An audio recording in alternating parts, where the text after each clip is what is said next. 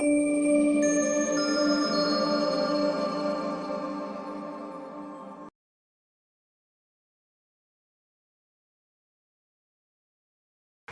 thank you everyone for inviting me here. This is a huge privilege, not because I'm the chief guest. I think it's a privilege mainly because I'm one of the parents who've had the opportunity, and I'll take this opportunity on behalf of all of you to put my hands together and thank Dhirubhai Ambani International School for doing what they're doing to our children.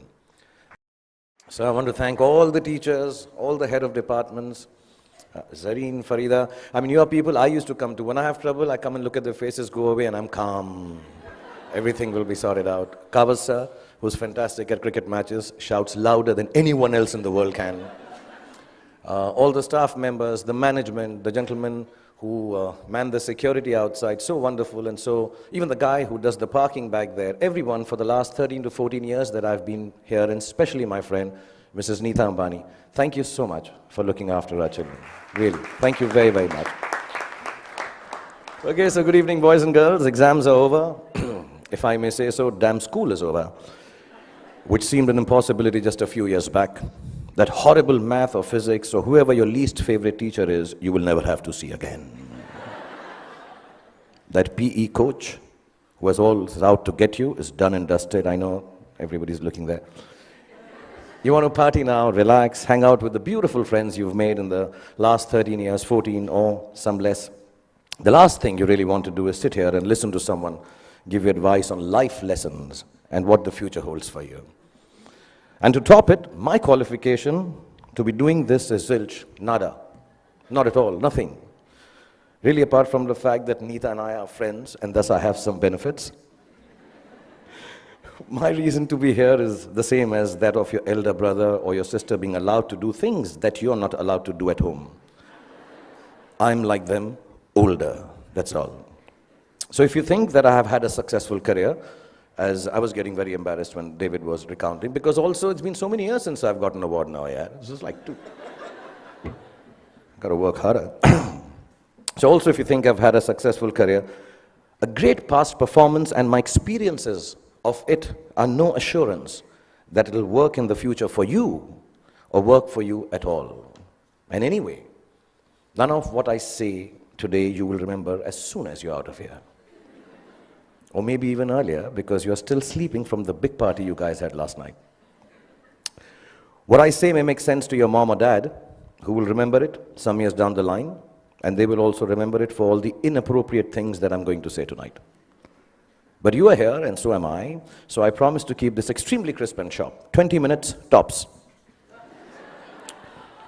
But be rest assured, I understand if some of you walk out in the middle of my speech for bladder control reasons. Feel free to do that. Feel free, because that's what essentially my talk is about. Feeling free, the freedom to be yourself, to listen to your inner voice and never let anyone tell you who you are or who you ought to be, including me. These are the only years of your life in which you will be allowed to make regret-free mistakes. As you do so, you will chance upon your dreams and hopefully make a happy life out of their fulfillment. When you get to be 50, as some of your parents are, none of the mothers, they all look 35. They're all looking extremely hot. Some of your parents are, and like I am, you will know that the bulk of your regrets are from not having done what you wish to do. So don't hold it against your over-diligent father who's telling you to study extra even post the exams. Your annoying mother who's still depressed that your handwriting is bad. You know, she doesn't understand. If it was bad 5 years ago, chances are that your handwriting is not going to improve for the rest of your life, ever. Ma'am, get that clear. It's not going to happen. But let me assure you, squiggles and ants and mosquitoes on paper won't kill your career. Any doctor here will tell you, indecipherable hieroglyphics may actually be a career booster. Don't be angry that your parents tell you that friend of yours is not good company, he is spoiling you. And please don't hold it against them when they tell you, he's a movie star's son, he'll become a hero, what about you?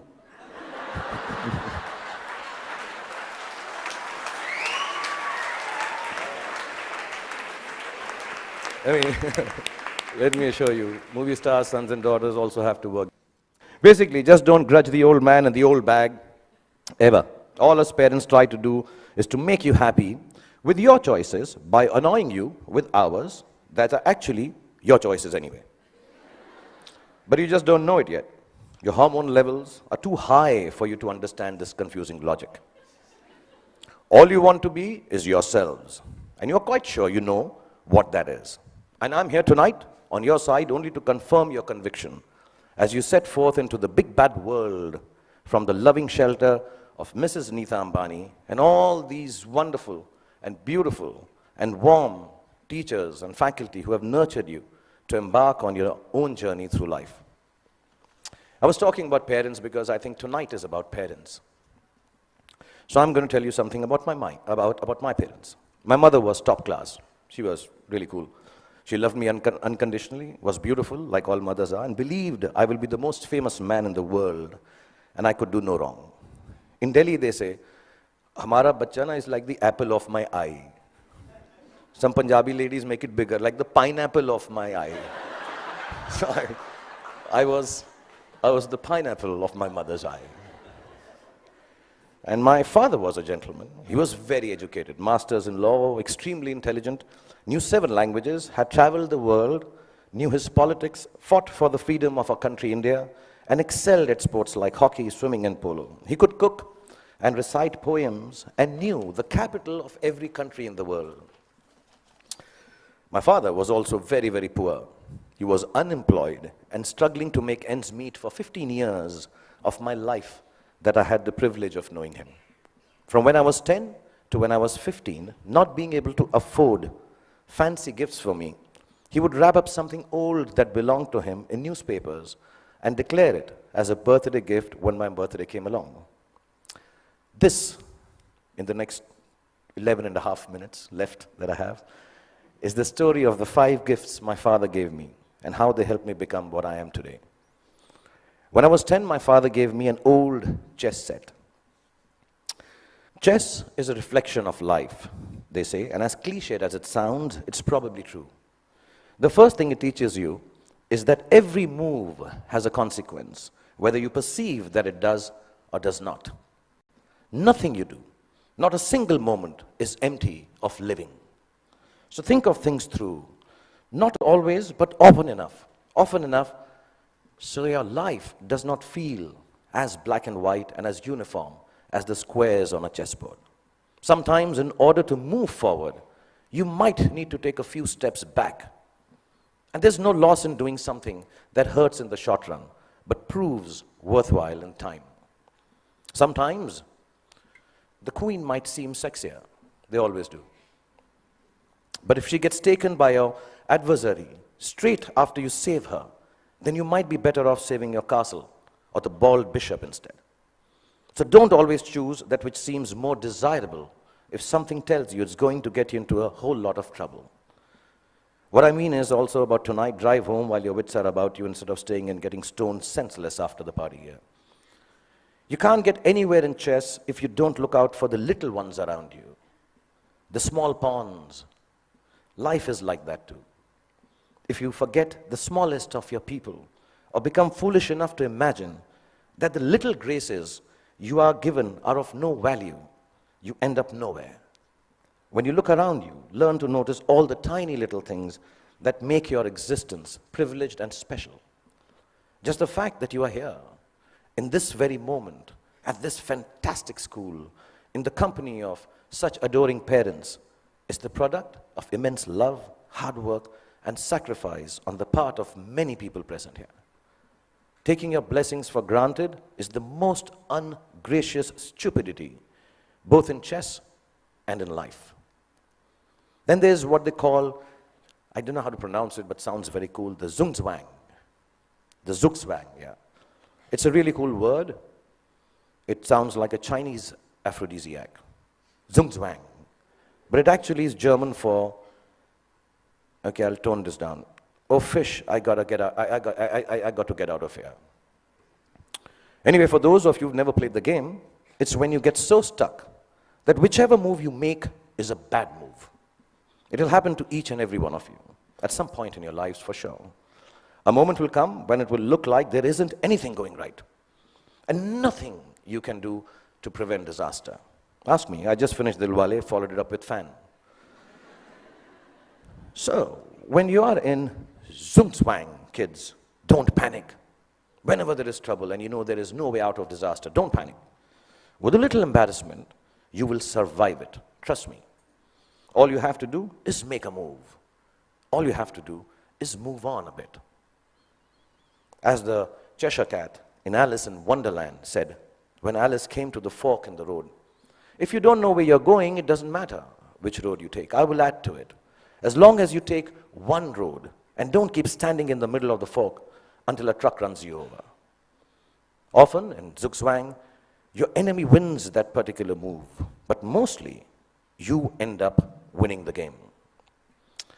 There were no computers when I was a kid, nor were there iPhones for us to Google pornography on, while our parents were busy checking their selfie likes on Instagram.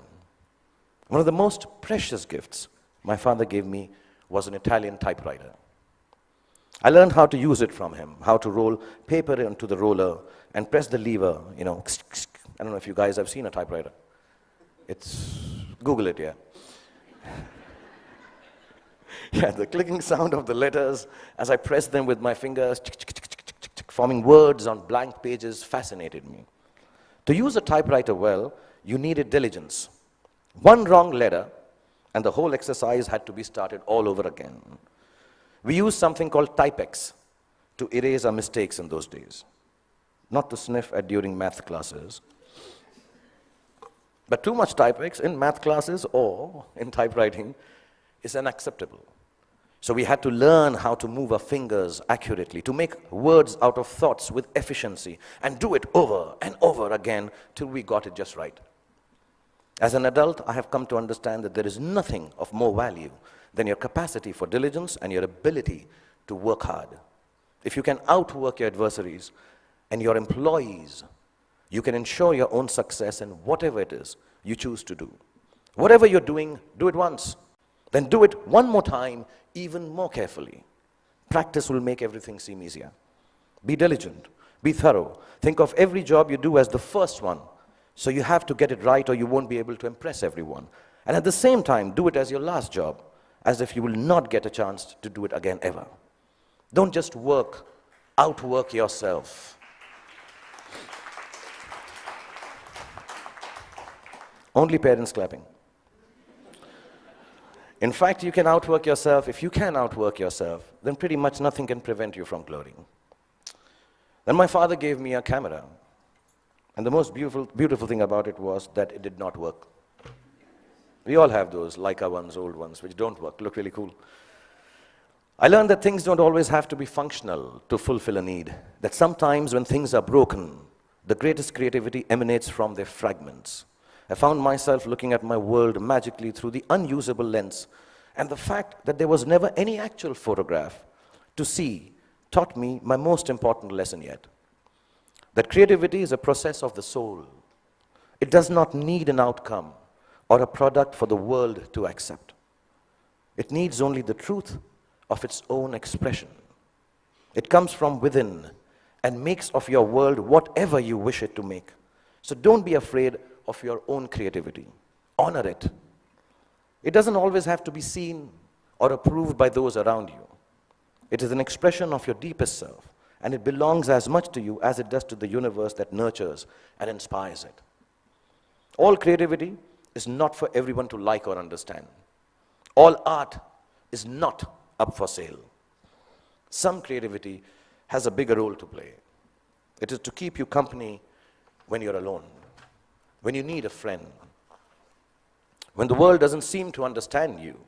Your creativity, whatever that may be, I know a friend of mine who makes dolls out of bath bags from aeroplanes. Whatever your creativity is, your creativity will be the only thing that will keep you inspired and satisfied. Honor it to the end, whatever it may be. Mine is poetry. I write rubbish poetry. It's so bad that sometimes I cringe to read it myself.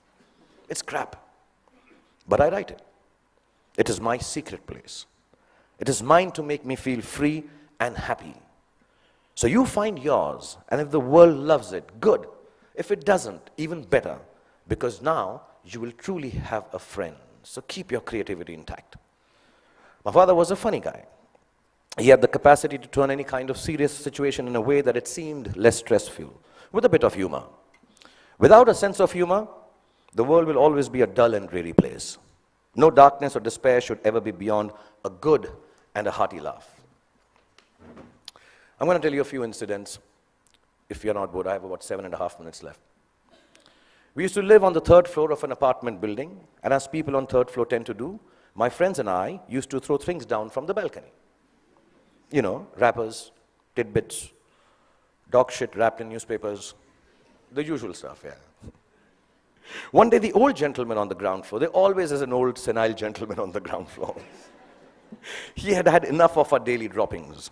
He charged at us, yelling at the top of his voice, भाई साहब, ऊपर से चीजें नीचे आती हैं, ऊपर से चीजें नीचे आती हैं. And you know, the whole mohalla, the colony emerged to witness the spectacle.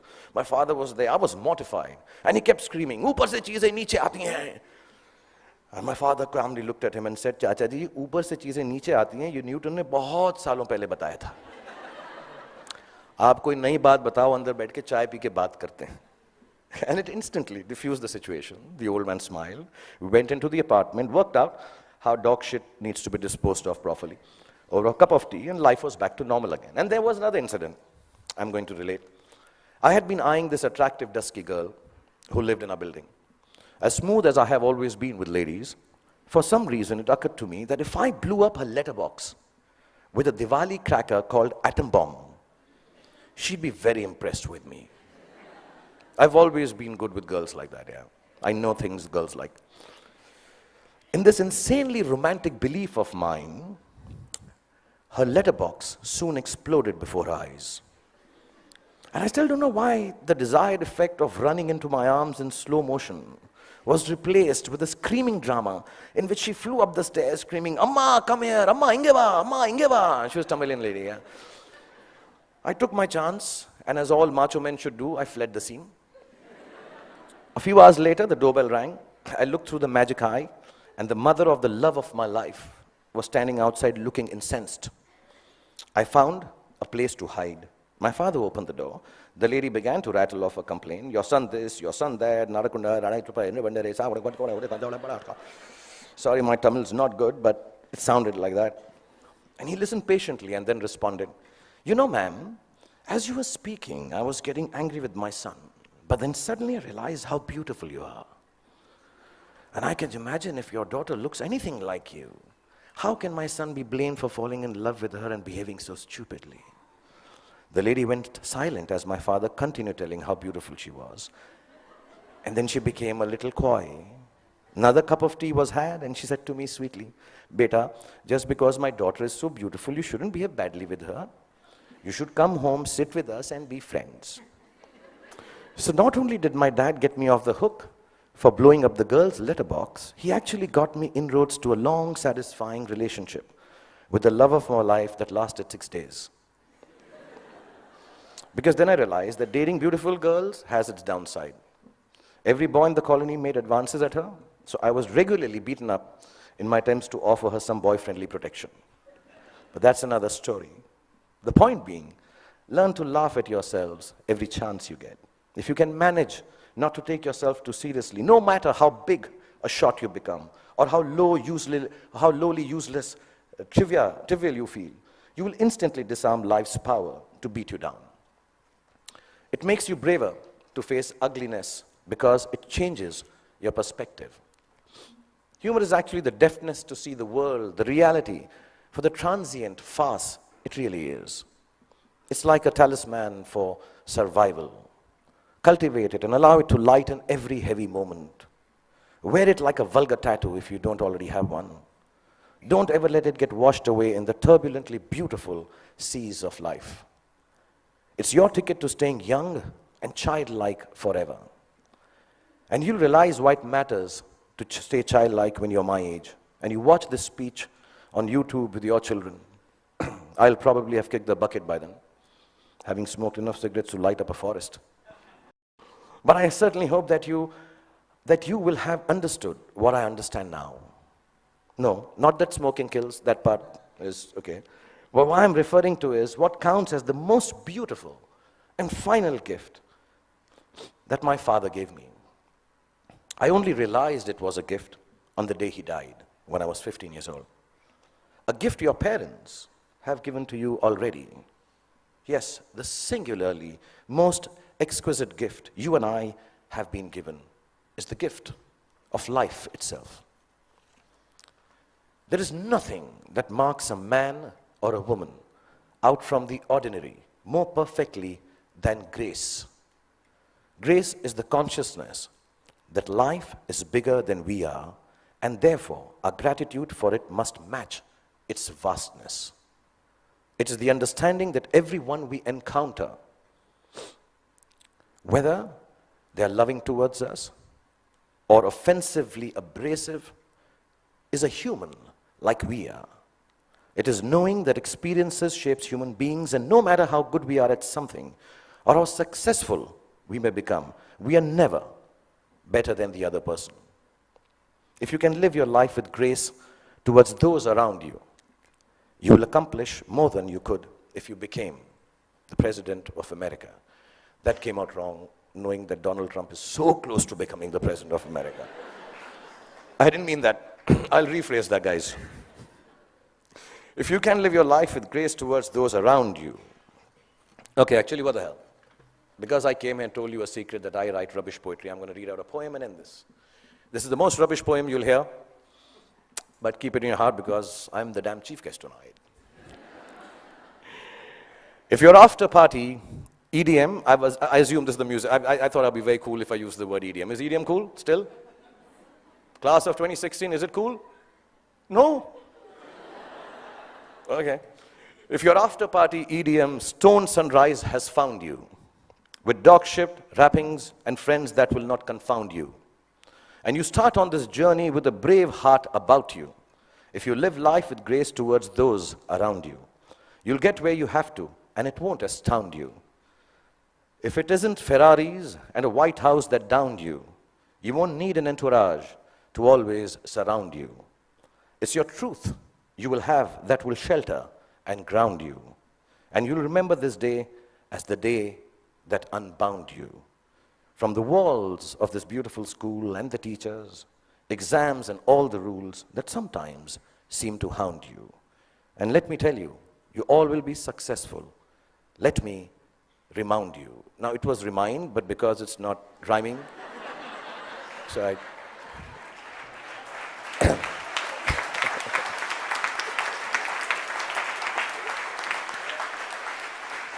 So boys and girls, go forth, be free, have fun, make wrong choices, make mistakes. You will still succeed because the gift of education you have from this wonderful institution called Dhirubhai Ambani International School. The love Nita has given you and the genes that your parents have provided you with will always look after you. And when you succeed, don't forget to thank your least favorite teacher, because he or she actually cared for you the most. Love you all and be happy.